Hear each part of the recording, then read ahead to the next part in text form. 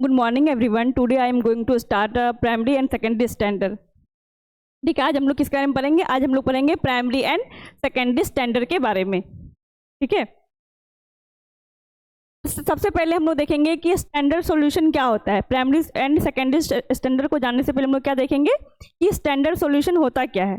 ठीक है, और हम उसको कहाँ यूज करते हैं. तो जो स्टैंडर्ड सॉल्यूशन होता है, standard solution whose exact concentration is known. जो स्टैंडर्ड सॉल्यूशन होगा उसका कंसंट्रेशन हमें ऑलरेडी पता होगा. ठीक है, मतलब स्टैंडर्ड क्वालिटी. ठीक है, स्टैंडर्ड मेंटेन करने के लिए उसका जो है ऑलरेडी कंसंट्रेशन हमें पता होगा. It is used in quantitative chemical analysis. इसको हम लोग कहाँ यूज करते हैं? क्वांटिटेटिव केमिकल एनालिसिस में यूज करते हैं, स्पेशली इन टाइट्रेशन. और यदि पूछा जाए कि कहाँ, मतलब क्वांटिटेटिव केमिकल में कहाँ करते हैं, तो स्पेशली टाइट्रेशन में हम लोग यूज करते हैं. To determine the unknown concentration of another solution that is called analyte. और कोई हमारे पास अननोन सॉल्यूशन होगा, यदि उसका कंसंट्रेशन हमें पता नहीं है और उसका कंसंट्रेशन हमें पता करना है, तो हम लोग क्या करेंगे, उसको स्टैंडर्ड सॉल्यूशन के थ्रू उसका कंसंट्रेशन पता करते हैं. ठीक है, जैसे कोई एनालाइट दैट मीन्स कि जिसका कंसंट्रेशन हमें पता करना है. एनालाइट को हम सैंपल भी बोल सकते हैं, और सैंपल का यदि हमें पता करना रहेगा कंसंट्रेशन कितना है और उस सैंपल के बारे में हमें पता नहीं है, तो हम किसको रेफर करेंगे, रेफरेंस में लेंगे नोन वाले को. ठीक है, तो नोन कंसंट्रेशन वाला ही हमारा क्या होता है, स्टैंडर्ड सॉल्यूशन होता है. नोन कंसंट्रेशन वाला सॉल्यूशन होगा वो क्या होगा, स्टैंडर्ड सॉल्यूशन होगा. And it is also use for the standardisation of other solution. और इसका हम लोग यूज करते हैं स्टैंडर्डाइजेशन में. ठीक है, कहाँ यूज करते हैं इसका, स्टैंडर्डाइजेशन में हम लोग यूज करते हैं. Characteristic of standard solution. अब देखेंगे स्टैंडर्ड सॉल्यूशन का क्या क्या कैरेक्टर्स होता है. ठीक है, तो पहला चीज देखेंगे इसका क्या होता है, ये नोन कंसंट्रेशन का होना चाहिए, क्योंकि हम इसका डिफरेंस लेके यदि हम अननोन कंसंट्रेशन का कंसंट्रेशन पता करेंगे, दैट मीन्स कि पहले हमें जिसके थ्रू हम पता करें उसके बारे में पता होना चाहिए, उसका कंसंट्रेशन नोन होना चाहिए, तभी तो हम पता कर सकते हैं अननोन वाले का. तो इसलिए बोला गया है सबसे पहले इसमें क्या क्वालिटी होनी चाहिए, नोन कंसंट्रेशन होना चाहिए. It concentration must be precisely determined either by calculation or by using a primary standard. ठीक है, नोन कंसंट्रेशन वाला जो रहेगा उसको सबसे पहले वो क्या होना चाहिए, प्रिसाइज उसका वैल्यू होनी चाहिए. एंड उसको हम पहले जो है ना प्राइमरी स्टैंडर्ड के थ्रू उसका क्या करेंगे, स्टैंडर्डाइजेशन कर लेंगे, ताकि हम स्टैंडर्ड सॉल्यूशन जो बनाएंगे पहले हम उसको क्या करेंगे, प्राइमरी स्टैंडर्ड के साथ उसका स्टैंडर्डाइजेशन कर लेंगे. दूसरा हमारा स्टेबिलिटी. और स्टैंडर्ड सॉल्यूशन में क्या होना चाहिए, स्टेबिलिटी होना चाहिए. क्यों, it should be chemically stable over time so that the concentration does not change. यदि ये केमिकली स्टेबल रहेगा तो इसका कंसंट्रेशन चेंज नहीं होगा. ठीक, उसके बाद purity. The solute used must be pure enough to ensure accurate concentration. यदि हमें कंसंट्रेशन एक्यूरेट चाहिए तो वो क्या होनी चाहिए, हाईली प्योर होनी चाहिए. ठीक है, ये सब क्वालिटी किसकी थी, स्टैंडर्ड सॉल्यूशन की. अब यहाँ पे टर्म आया था स्टैंडर्डाइजेशन. ठीक है, तो देखेंगे स्टैंडर्डाइजेशन ये होता क्या है. स्टैंडर्डाइजेशन वो होता है, standardisation means determination of strength of a given sample solution.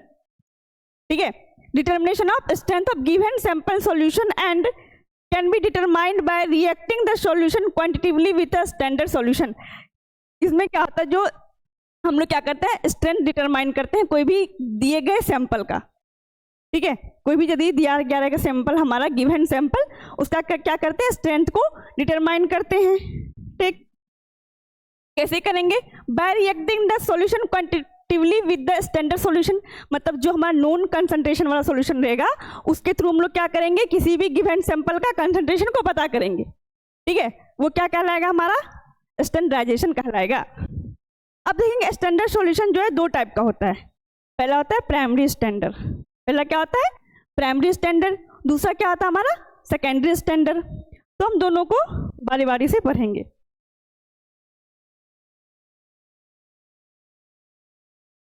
अब हमारा ये प्राइमरी स्टैंडर्ड क्या होता है, प्राइमरी स्टैंडर्ड जो होगा वो हाईली प्योर रिएजेंट से बना होगा. ठीक है, उसका स्ट्रेंथ हमें पता रहेगा, कंसंट्रेशन ऑलरेडी हमें पता रहेगा. उसको किस में रखेंगे, प्राइमरी स्टैंडर्ड में रखेंगे. Primary standard are those solution which are prepared through highly pure reagent और केमिकल्स। प्राइमरी स्टैंडर्ड का जो सॉल्यूशन रहेगा वो प्रिपेयर जो किया जाता है वो highly pure and highly pure chemical और रिएजेंट्स के थ्रू उसको प्रिपेयर किया जाता है। And they have accurately known concentration, और उसका कंसंट्रेशन हमें ऑलरेडी पता होता है, इसलिए उसको हम लोग प्राइमरी स्टैंडर्ड बोलते हैं। ठीक, they do not require for further standardisation. अब हमें इसकी स्टैंडर्डाइजेशन करने की जरूरत नहीं पड़ती क्योंकि ऑलरेडी इसका कंसंट्रेशन में पता है, ये नॉन क्वांटिटी का है तो नॉन कंसंट्रेशन वाला है, तो हम लोग बेसिकली जो है कि अननोन कंसंट्रेशन वाले का स्टैंडर्डाइजेशन करते हैं। ठीक, अब देखिए इसमें आइडियल रिक्वायरमेंट क्या क्या होगा प्राइमरी स्टैंडर्ड के लिए। पहला है इसका it should be easily obtained, ये इजीली ऑब्टेन होना चाहिए, प्यूरिफाइड फॉर्म में होना चाहिए, ड्राइड होना चाहिए and preserve in pure form, और जो इसको रखेंगे हम लोग प्रिजर्व वो भी प्योर फॉर्म में होगा। It should not be change due to effect of air during weighing, और ये एयर से अफेक्ट नहीं चाहिए, मतलब एयर दैट मीन्स क्या, ऑक्सीडाइज नहीं होनी चाहिए। यदि एयर के प्रेजेंस में हम उसको खुला रख दिए तो ऑक्सीडाइज कर सकता है। ठीक है, this signifies that the substance should be non hygroscopic, और ये नॉन हाइग्रोस्कोपिक होनी चाहिए क्योंकि यदि वाटर के प्रेजेंस में आएगा तो मे भी हाइड्रोलाइसिस हो सकता है ड्रग का। अनऑक्सीडाइज बाय एयर और unaffected by the carbon dioxide, और ये कार्बन डाइऑक्साइड से अनअफेक्टेड होना चाहिए। ठीक है, और इसका क्या क्वालिटीज होगी, it should undergo the qualitative and other test of non sensitivity of detecting impurities, और ये जो हमारा प्राइमरी स्टैंडर्ड का अंदर रखा जाएगा उसका क्या होना चाहिए, it should undergo the qualitative या फिर अदर टेस्ट के लिए जाना चाहिए, जैसे कि इम्प्योरिटीज का टेस्ट करना रहेगा हमें। ठीक है, तो उसके लिए क्या सेंसिटिविटी होनी चाहिए तक इजीली हम उसको डिटेक्ट कर सकें।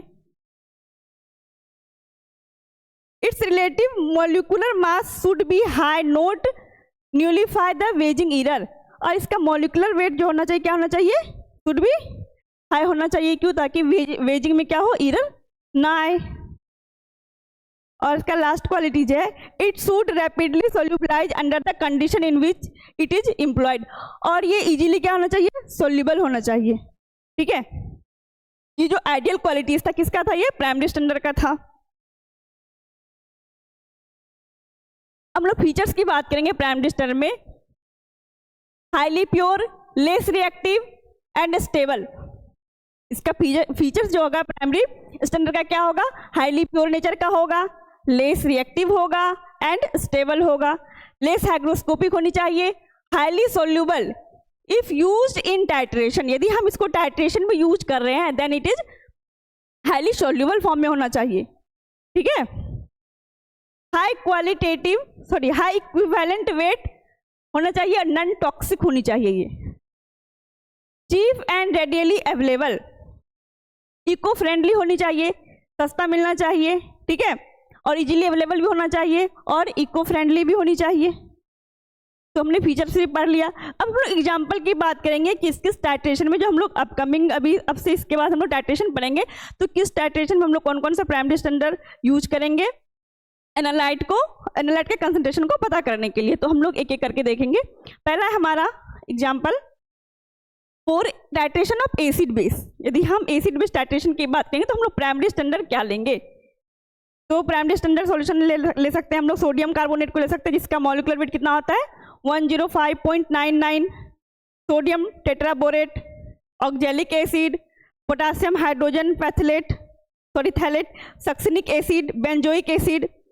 ये यदि हम इसको एसिड बेस का टाइट्रेशन में यूज करते हैं तो हमें ये सब यूज कर सकते हैं। यदि हमें एसिड बेस टाइट्रेशन करना रहेगा तो एज ए प्राइमरी स्टैंडर्ड हम लोग इसको यूज कर सकते हैं। ठीक है, दूसरा हम लोग देखेंगे यदि हमें रिडॉक्स टाइट्रेशन करनी होगी तो हम लोग कौन कौन सा as a primary standard use कर सकते हैं। तो पोटासियम ब्रोमेट हो गया, सोडियम ऑक्जेलेट हो गया, आर्सेनिक ट्राइऑक्साइड हो गया, कॉपर सल्फेट हो गया। ये सब जो हमारा आएगा, केमिकल रिएजेंट किस में आएगा, प्राइमरी स्टैंडर्ड में आएगा। तो हम इसको कहाँ यूज करेंगे, जब हम लोग रिडॉक्स टाइट्रेशन के बारे में पढ़ेंगे तो हम लोग इसको वहाँ पे यूज करेंगे एज ए प्राइमरी स्टैंडर्ड। ठीक है, अनदर एग्जाम्पल हम लोग देखेंगे फॉर प्रिसिपिटेशन टाइट्रेशन। यदि हम प्रिसिपिटेशन टाइट्रेशन की बात करेंगे तो वहाँ पे हम लोग कौन कौन सा ले सकते हैं as a primary standard, silver nitrate, AgNO3, sodium chloride, potassium chloride.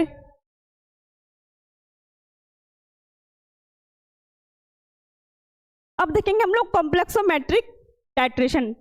यदि हम कॉम्प्लेक्सोमेट्रिक के बारे में पढ़ रहे हैं, कॉम्प्लेक्सोमेट्रिक टाइट्रेशन कर रहे हैं, तो वहाँ पे एज ए प्राइमरी स्टैंडर्ड हम लोग क्या क्या ले सकते हैं। तो पहला है metallic zinc, metallic magnesium, zinc chloride, magnesium chloride, इन सबको हम लोग as a primary standard use करेंगे कॉम्प्लेक्सोमेट्रिक टाइट्रेशन में। हमने तो अब देख लिया प्राइमरी स्टैंडर्ड के बारे में और उसका फीचर्स भी देख लिया, प्रॉपर्टीज भी देख लिया एंड एग्जांपल भी देख लिया। अब हम लोग पढ़ेंगे सेकेंडरी स्टैंडर्ड के बारे में। देखिए सेकेंडरी स्टैंडर्ड क्या होता है। Secondary standard, these are those solution which are less stable and standardised by using a primary standard solution. हमें सीधी से याद रखना है, प्राइमरी का जस्ट अपोजिट सेकेंडरी होता है। ठीक है, जहाँ यदि हमने अभी पढ़ा प्राइमरी वाले में क्या होता, मोस्ट स्टेबल था, प्योर फॉर्म में था, ठीक है, लेस टॉक्सिक था, तो और इसमें क्या स्टैंडर्डाइजेशन करने की आवश्यकता नहीं थी। पर यहाँ पे सेकेंडरी वाले में क्या होगा, ये स्टेबल नहीं होगा, पहली चीज। दूसरी बात यहाँ पे क्या होगा, इसको स्टैंडर्डाइजेशन करने की जरूरत पड़ेगी। ठीक है, वो नोन कंसंट्रेशन था, ये अननोन कंसंट्रेशन होगा। जस्ट हमारा प्राइमरी का सेकेंडरी वाला अपोजिट होता है, बस इतना याद रखना है आप लोगों को। तो these are those solution which are less stable, ये क्या होता है, लेस स्टेबल होता है and standardised by using a primary standard solution. अब इसको स्टैंडर्डाइज करने के लिए हमें प्राइमरी स्टैंडर्ड सॉल्यूशन को लेना पड़ेगा। ठीक है, तब ये स्टैंडर्डाइज होगा solution. They are mainly used for quantitative analysis, ये भी कहाँ यूज होता है, क्वांटिटेटिव एनालिसिस में यूज होता है। ठीक है, इसका प्रॉपर्टीज की बात करें तो जस्ट प्राइमरी वाला का अपोजिट होगा। तुम लोग देखते हैं less pure than primary standard. ठीक है, ये क्या प्राइमरी वाला तो क्या था, हाईली प्योर था, हाईली प्योर रिएजेंट से बना हुआ था, तो ये क्या है, लेस प्योर है। दूसरा less stable than more reactive compare to primary standard. ठीक है, लेस स्टेबल होगा और मोर रिएक्टिव होगा compare to the primary standard. They are titrated against primary standard. किसके अगेंस्ट में टाइट्रेशन करेगा, ये प्राइमरी स्टैंडर्ड के अगेंस्ट में। अब इसकी एग्जांपल की बात करेंगे हम लोग। यदि हम एसिड बेस्ड टाइट्रेशन करते हैं तो यहाँ पे एज ए एनालाइट हम लोग क्या क्या ले सकते हैं, वहाँ से हमने लिया था प्राइमरी स्टैंडर्ड में स्टैंडर्ड सॉल्यूशन यूज किया था, उसके एग्जांपल हमने देखा। अब हम लोग सेकेंडरी स्टैंडर्ड में कौन कौन सा यूज करेंगे उसको देखेंगे। यदि हम एसिड बेस्ड टाइट्रेशन की बात करेंगे तो हम लोग एज ए सेकेंडरी स्टैंडर्ड क्या ले सकते हैं, hydrochloric acid, sulphuric acid, sodium hydroxide and perchloric acid को लेंगे। ठीक है,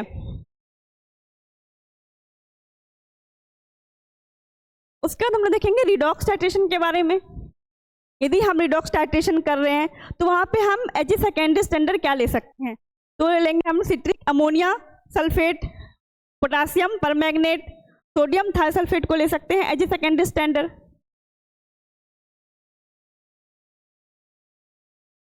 for example secondary standard use for the precipitation titration. अब प्रिसिपिटेशन टाइट्रेशन में देखेंगे कौन कौन सा यूज हो रहा है। तो पहला हमारा potassium thiocyanide, ammonium thiocyanide, mercury dinitrate. ठीक है, इसको कब यूज करना है, एज ए जब हम लोग प्रिसिपिटेशन टाइट्रेशन करेंगे तब वहां पे हम लोग इसको यूज करेंगे एज अ सेकेंडरी स्टैंडर्ड।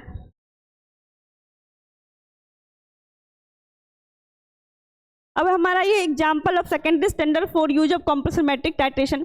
अब जब हम कॉम्प्लेक्सोमेट्रिक टाइट्रेशन पढ़ेंगे तो उस टाइम देखेंगे डाइसोडियम EDTA।